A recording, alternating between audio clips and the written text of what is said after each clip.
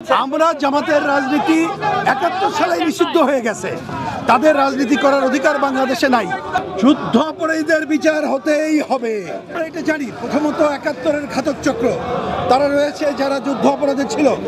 আর আমরা বলি মুক্তিযুদ্ধের ৪ মূলনীতি যারা মানে না তারা হচ্ছে পুরো রাজাকার। আর এই ৪ মূলনীতির বিরুদ্ধে যারা অবস্থান নেয় তারা হচ্ছে নব্য রাজাকার। এটা পরিষ্কার বক্তব্য।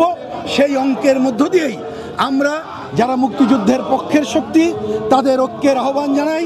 আসেন ঐক্যবদ্ধভাবে আমরা এই মুক্তিযুদ্ধ বিরোধী, গণতন্ত্র বিরোধী, অসাম্প্রদায়িকতা বিরোধী এবং যারা সমাজতন্ত্রের বিরোধী তাদেরকে পরাজিত করি। যুদ্ধ অপরাধীদের বিচার হতেই হবে। যুদ্ধ অপরাধীদের কোনো সময় ক্ষমা নেই। সাময়িকভাবে আমরা লক্ষ্য করলাম যে ট্রাইব্যুনাল গঠিত হয়েছে, সেখানে এই যুদ্ধ অপরাধীদের বিচার থমকে গেছে। আমরা বরাবর দাবি করে আসছি যুদ্ধ অপরাধীদের বিচার অব্যাহত রাখতে হবে। আমরা বলি বিচারের দুটি দিক, একটি হচ্ছে আইনগত দিক, সেটি যেমন করব, একই সাথে তাদের যে রাজনীতি আছে সেই রাজনীতির বিপরীতে মুক্তিযুদ্ধের পক্ষের রাজনীতিকে অগ্রসর করেই আমরা তাদের ওই রাজনীতিকেও পরাস্ত করব। অবশ্যই এখনও তো হয় নাই।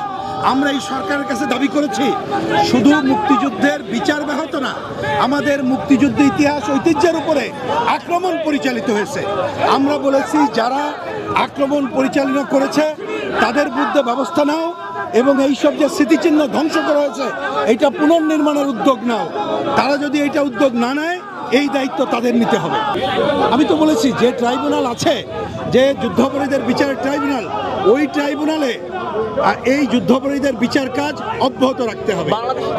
এই সরকার অব্যাহত রাখে নাই। আমরা মনে করি অতি দ্রুত এই সরকার নির্বাচন দিয়ে তারা ক্ষমতা থেকে চলে যাবে। যারা ক্ষমতায় আসবে আমরা সহ বা যারাই আসে আমরা যুদ্ধাপরাধীদের বিচার অবশ্যই অব্যাহত রাখবো। আমরা জামাতের রাজনীতি ৭১ সালে নিষিদ্ধ হয়ে গেছে। তাদের রাজনীতি করার অধিকার বাংলাদেশে নাই। আপনারা জানেন যে এই যে সরোয়ার্দী উদ্যানে যখন সারেন্ডার করেছিল তখন কিন্তু পাকিস্তানের বাহিনী সহ তাদের যত সহযোগী তাদের রাজনীতি নিষিদ্ধ হয়ে গেছিল।